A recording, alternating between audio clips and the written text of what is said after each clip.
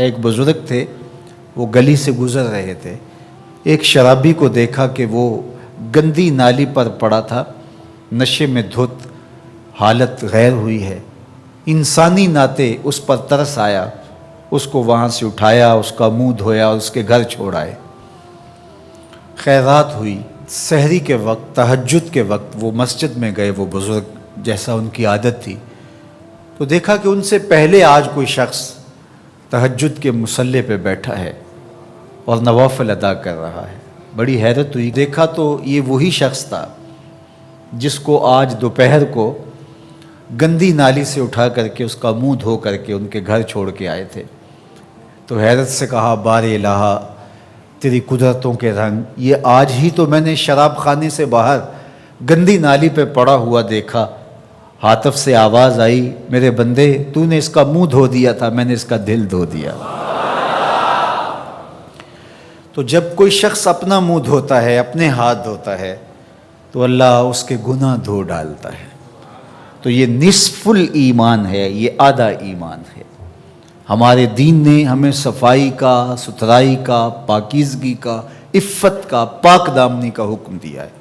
اگر آپ مجھ سے پوچھیں کہ اسلام کا دوسرا نام کیا ہے، تو میں کہوں گا اسلام کا دوسرا نام دین طہارت ہے۔ علماء نے لکھا کہ ایک طہارت معنوی ہوتی ہے، ایک طہارت حسی ہوتی ہے۔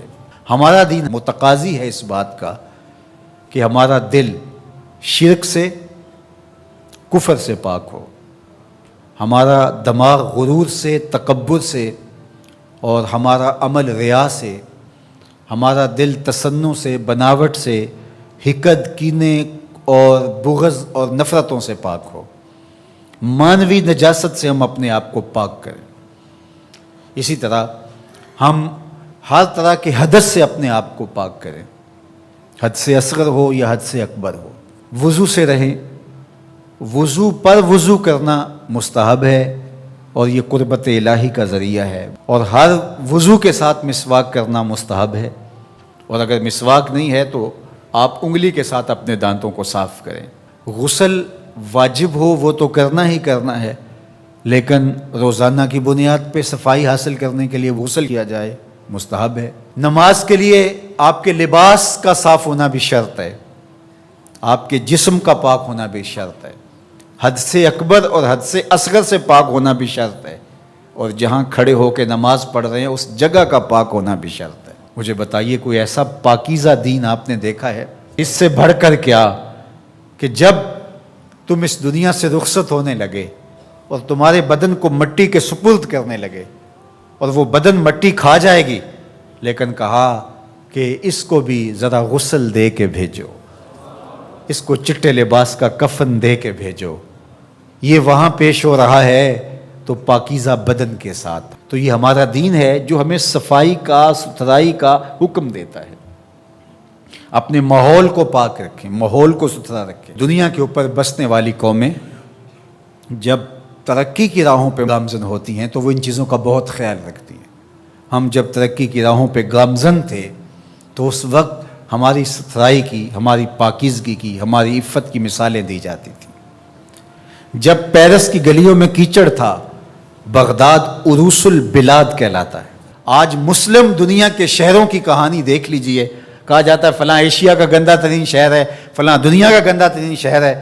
اپنے اطراف میں پھیلی ہوئی گندگیاں دیکھیے، گھر سے شاپر میں گندگی ڈال کر کے اپنے ہی گھر کے دروازے پہ پھینک کے ہم سمجھتے ہیں ہم نے گھر کی صفائی کر لی، وہی پھر پاؤں سے، گاڑی کے ٹائروں سے لگ کے پھر ہمارے اندر جا رہا ہوتا ہے۔ ہمارے دین نے تو ہمیں یہ کہا، اگر کوئی راستے میں گری پڑی چیز کو جو گزرنے والوں کے لیے رکاوٹ بنے، اس کو اٹھا کے ہم پھینک دیں تو یہ جنت کے راستے کی ضمانت بن جاتی ہے۔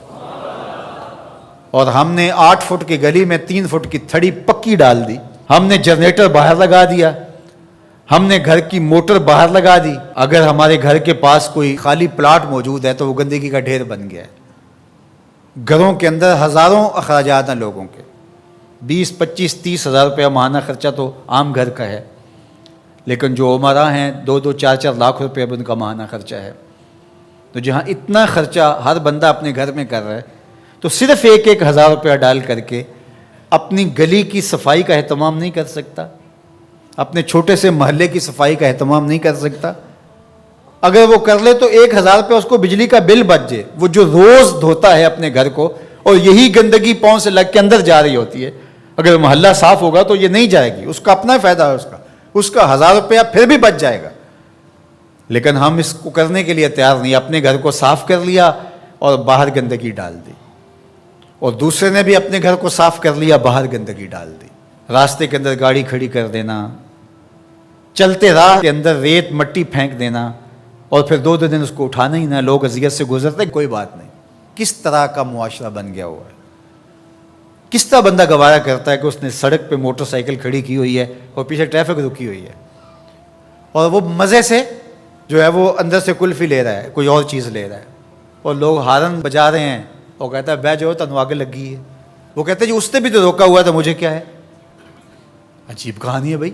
کیا یہ ایک مسلمان کا طریقہ ہے؟ یہ تو ایک اچھے انسان کا طریقہ بھی نہیں ہے۔ مسلمان تو اس سے اوپر والے درجے کا شخص ہوتا ہے۔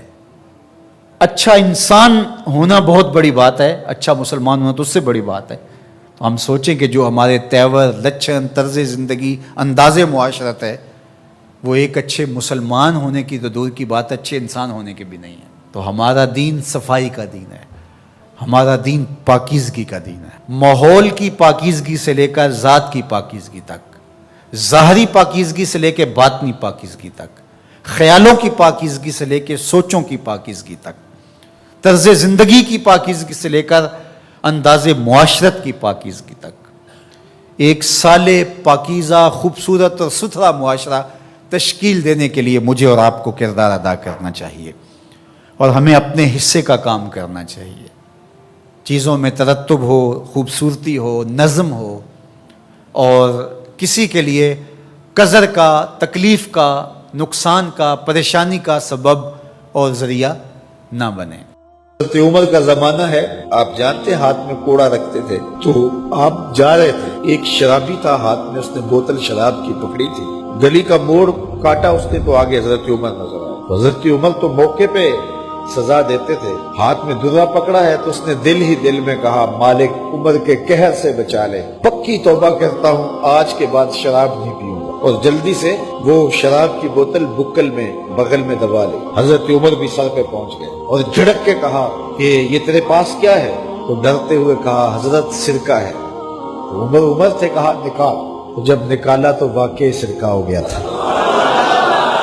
جو رب شراب کو سرکے میں بدلنے پہ قادر ہے، وہ رب گناہوں کو نیکیوں میں بدلنے پہ بھی قادر ہے۔